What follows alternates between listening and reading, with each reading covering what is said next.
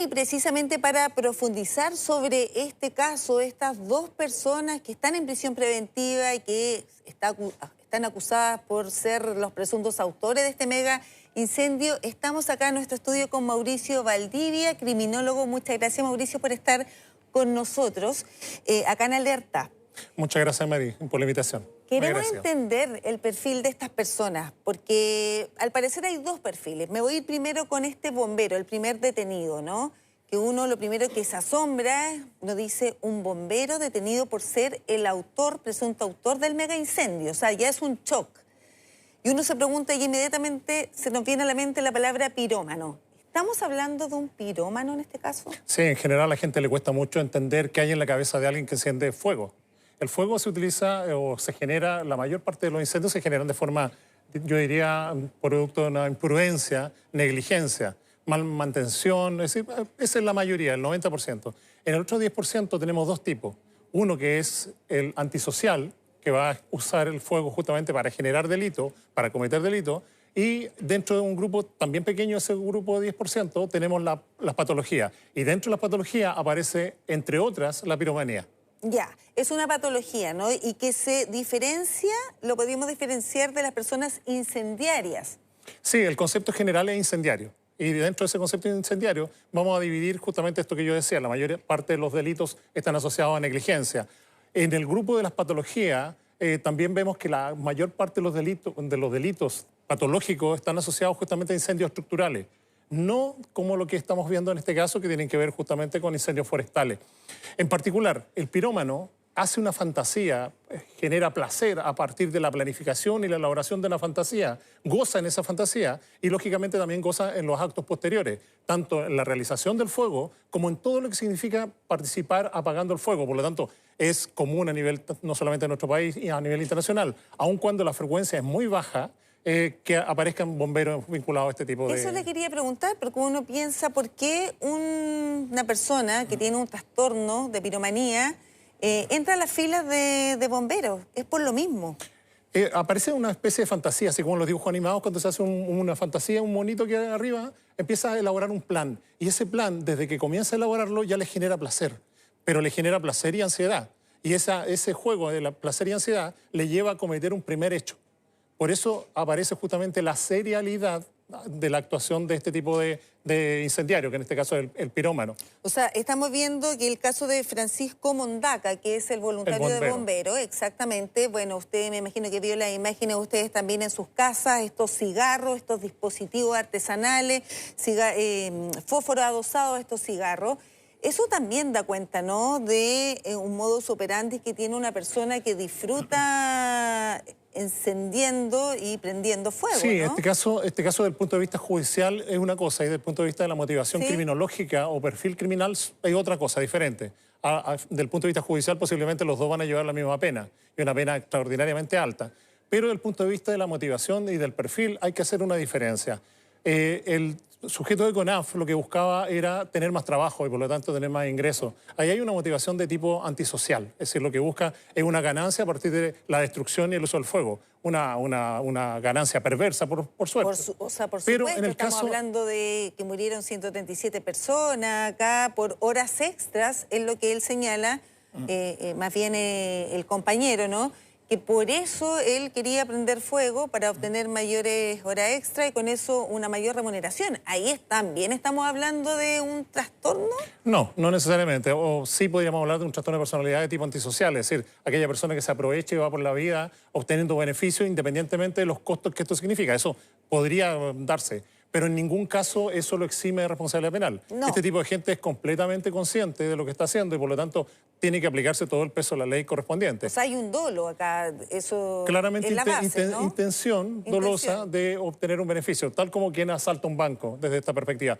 Pero en el otro caso podríamos hipotetizar, también teorizando desde esta perspectiva, que habría justamente una participación ya más bien recurrente y esa recurrencia podría estar asociada justamente a esto que señalaba la fantasía. El pirómano es el que goza justamente encendiendo fuego, el que goza apagando el fuego y por eso decíamos esta vinculación normalmente con gente que trabaja. Que trabaja precisamente para apagar el fuego. Y lo que le conversaba al comienzo también, para que quede claro, la diferencia entre incendiario y una persona pirómana. Sí, incendiarios son todos. Incendiarios son todos aquellos que utilizan el fuego para obtener alguna ganancia. Puede ser económica o puede ser una ganancia personal de tipo simbólica, que en el caso de las patologías.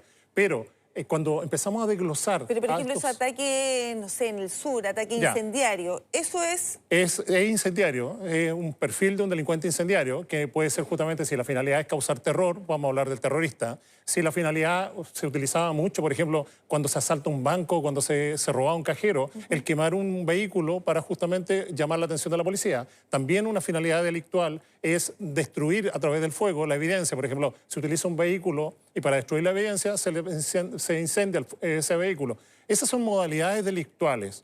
Extraordinariamente poco frecuente es lo que aparece en la piromanía. En la piromanía. En la piromanía. Y lo que hablábamos al comienzo también, porque estamos dos personas, ¿no?, que están en prisión preventiva, que al parecer son perfiles distintos. Usted dice que el bombero tiene tendencia no a la piromanía. ¿Qué pasaría con esta otra persona? ¿Es incendiaria? ¿Se podría catalogar así el brigadista de...? Ambos son incendiarios. Posiblemente, a partir de la información que tenemos disponible hoy día, sin acceder a lo que es la investigación en sí misma, podemos decir que en el caso del bombero habrían algunos elementos que podrían llevarnos a pensar en el concepto más bien patológico. Pero en el otro caso vemos justamente que hay mayor delincuencia y una actuación criminal. Por eso yo señalaba y hacía el símil. En este caso, el miembro de CONAF, lo que es un delincuente, que en este caso predomina lo antisocial, que desgraciadamente no está asaltando un banco donde las personas afectadas serían mucho menos que los más de 100 muertos en este caso. Por lo tanto, es antisocial, delictual, más bien puro. Claro, porque uno escucha también frases, por ejemplo, de estas personas, o el incendio está fome. O sea, eso es parte también fantasía, claro, y que es de una persona propia de un pirómano, que podría ser el perfil del voluntario de bombero.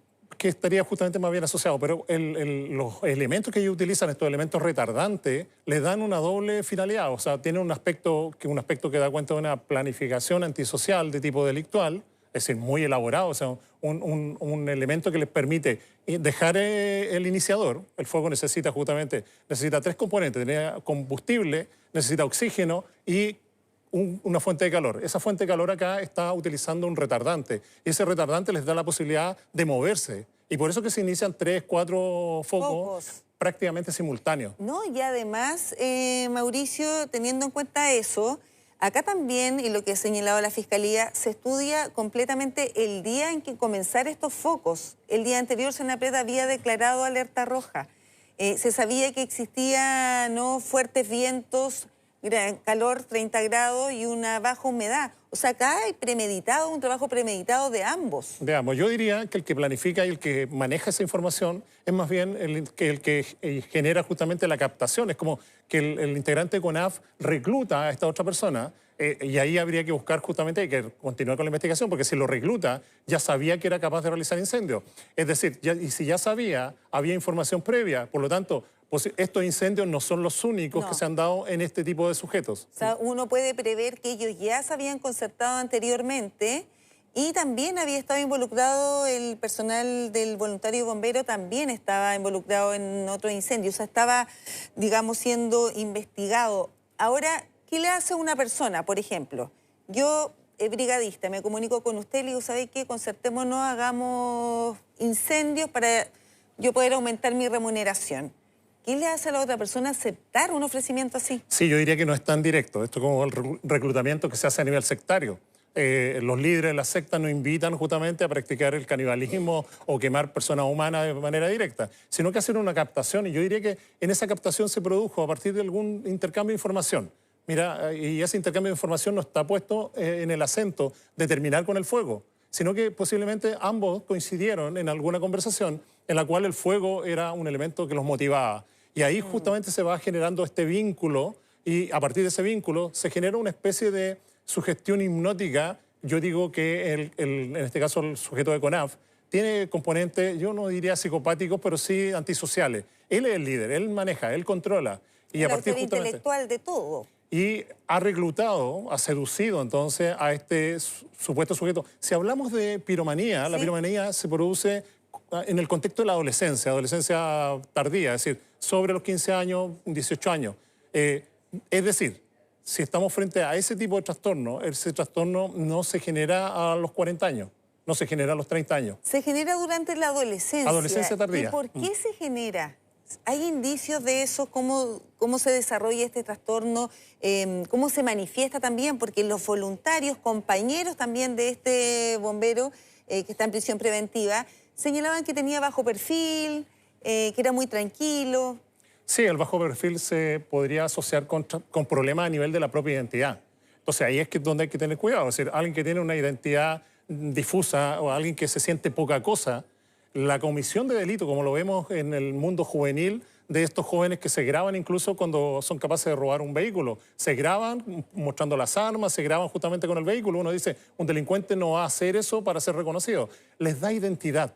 Entonces, actos de este nivel les genera una identidad perversa, una identidad que generó muchas muertes, pero les genera un sentido. Es decir, ese placer le hace ser alguien. Alguien, claro, les hace poner también su propio ser dentro de la sociedad y aparte, me imagino, él ocasiona este incendio y actúa también como héroe al ser bombero y apagarlo. Desde esa perspectiva, sí, justamente, yo diría que si hay placer, justamente en el caso del bombero, hay piromanía, ellos gozan con todo lo que fue la noticia que se produjo asociado al control de los incendios y a todo lo que vino posterior. Es decir, ellos estaban saliendo en las noticias de todo Chile, estaban siendo observados por lo que habían hecho durante todo Chile estaba preocupado de ellos. Eso es justamente lo peligroso que les da identidad. Y es peligroso porque no hay conciencia del daño que se está haciendo. Sí, pero yo no usaría la palabra conciencia. ¿Sabes por qué? Porque aquí hay una capacidad, pese a ser un trastorno, no hay pérdida de juicio de realidad.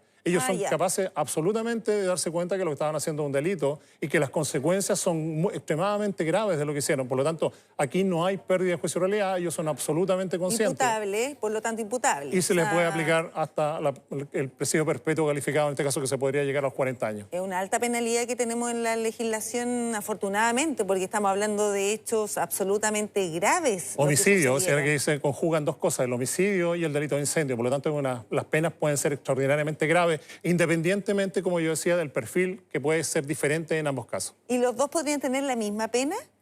¿Hay alguno que tenga mayor o menor por ser el intelectual, autor intelectual, y el otro el que ejecute y que finalmente por esa ejecución es que se desarrolla este mega incendio? No, de hecho, bueno, es algo que lo van a determinar los tribunales y que se basa esencialmente más que en los perfiles, se basa en la evidencia criminalística, en la evidencia material. Pero tenemos experiencia en nuestro país, por ejemplo, la Quintrala, en que ella planificó los asesinatos y ella justamente recibió la misma pena o más pena incluso que quien había sido el autor material. Sí, ahora me llama la atención qué pasa con las instituciones, porque se ha hablado también a raíz de todo esto que urge nuevos protocolos, ¿no? Medidas de control. El brigadista llevaba 10 años en CONAF. Eran trabajos esporádicos por la temporalidad de los incendios, pero 10 años en CONAF. Acá llevaba menos, ¿cierto?, el voluntario de bomberos, 1 año y 7 meses. Pero un examen psicológico, ¿es posible dar cuenta de, por ejemplo, que se está frente a una persona que es pirómana o que tiene rasgos pirómanos? Sí, es la pregunta que siempre nos hacemos, no solamente en este tema, sino que también, por ejemplo, en delitos sexuales. ¿Cómo podemos identificar al pedófilo? Desgraciadamente no existe una prueba psicológica, no existe un detector así que lo podamos pasar por una máquina y podemos identificar justamente cuáles son esas características. Pero yo haría un llamado, siempre hay elementos accesorios que aparecen y que quienes son los más cercanos posiblemente se dan cuenta de que algo raro está sucediendo. Es muy probable. ¿De actitud, de rasgos? Actitudes, conducta. Si esta persona fue capaz de contratar a alguien para incendiar y generar esta cantidad de muertes, esa persona no es de los trigos limpios, como se dice. Es decir, esa persona necesariamente ha tenido conductas antisociales y ha tenido conductas antisociales en la adolescencia, en la juventud y ya en la adultez. Por lo tanto, ahí esto cuando nos damos cuenta que alguien es capaz de transgredir la norma y estamos justamente al lado de ello, es donde tenemos que justamente activar la denuncia para que posiblemente hechos como estos se pudieran haber evitado. No existe la forma de detectar al antisocial que no sea a través de su propia conducta. ¿Dónde se identifica el antisocial? En el actuar antisocial. Pero, por ejemplo, del voluntario de bomberos, ¿cómo era posible, a pesar de que han dicho, ¿no? Él pasó las pruebas psicológicas, ¿no? Pero ¿cómo es posible percatarse de que estamos frente a una persona que podría ser peligrosa en ese sentido? Sí, desgraciadamente hay poca evidencia científica internacional que dé cuenta de las posibilidades de anticiparse a un perfil con estas características. Otra cosa es el tratamiento, es decir, alguien que presenta esta fantasía, estas ideas de justamente generar fuego y sentir placer por el fuego. El llamado es que esa persona busque ayuda y busque tratamiento, porque sí, ¿Existe tratamiento? A nivel de trastornos de estas características no se pueden eliminar completamente, pero se pueden modular. ¿Qué significa eso? Con el tratamiento entonces bajamos la impulsividad y esa persona es capaz de funcionar como una persona común y corriente, no andar haciendo incendios por la vida. Pero poder detectarlo previamente es extraordinariamente muy difícil. La evidencia internacional, como te digo, no solamente en nuestro país, sino que a nivel internacional no existen antecedentes que den cuenta de que se aplica justamente esta determinada prueba y podemos entonces diferenciar a los que tienen ideación incendiaria y a quienes no lo tienen, es decir, quiénes son los posibles incendiarios pirómanos y aquellos que no tienen esa característica. El elemento antisocial, sí. Yo en eso soy majadero. En el caso, por ejemplo, del brigadista. Sí. Ahí necesariamente, si una persona es capaz justamente para obtener un beneficio de tipo personal, de generar un incendio que produce todas estas muertes, esa persona ya tiene una historia antisocial previa. Es decir, no se levantó en la mañana planificando esto, sino que su historia de vida posiblemente está asociada a una serie de conductas antisociales, delictuales. Sí, lo que me parece grave es lo que usted ha señalado, Mauricio, en el sentido de que quizás esta no es la primera vez que se concerta él, quizás con otra persona también, o con este bombero voluntario que está en prisión preventiva, entendiendo que lleva 10 años en CONAF. Y hay una persona que puede planificar eso, o sea, que se le pasa por la mente y lo ejecuta intelectualmente, y hay otra persona que le da el vamos y que dice, ok, me parece bien. Sí, en este caso lo vemos también en algunos hechos de asesinato, en que alguien contrata a alguien, incluso algún conocido, para que justamente el profesor Nivaldo, sin ir más lejos, el profesor Nivaldo, que fue justamente muerto por quien había sido su pareja y la nueva pareja de esta mujer. En ese contexto justamente uno dice, pero ya, entonces yo contrato a alguien, le digo o le propongo, oye, ¿sabes qué? Queremos asesinar a tal persona.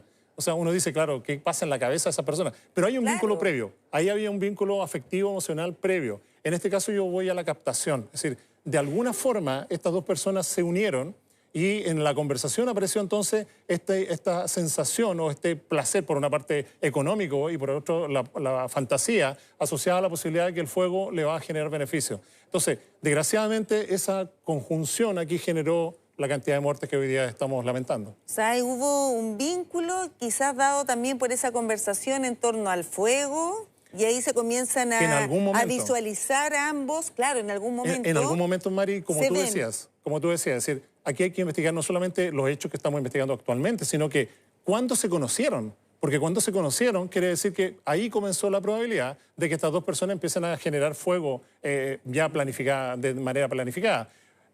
Esto sin dejar de considerar la posibilidad de que este incendiario pirómano, en el caso del bombero, haya participado en forma espontánea previamente en otros incendios. No, bueno, la verdad es que queda mucho todavía sobre este caso, lamentable por lo cierto. Las instituciones, hemos hablado de las instituciones, pero ambas están muy afectadas. Por supuesto que estos casos aislados no empañan la labor ni de CONAF ni de bomberos, una de las más queridas también por la ciudadanía, pero era importante entender qué es lo que hay detrás de estas mentes que son capaces de concertarse para realizar esto. Bueno, vamos a ver también qué dice la justicia.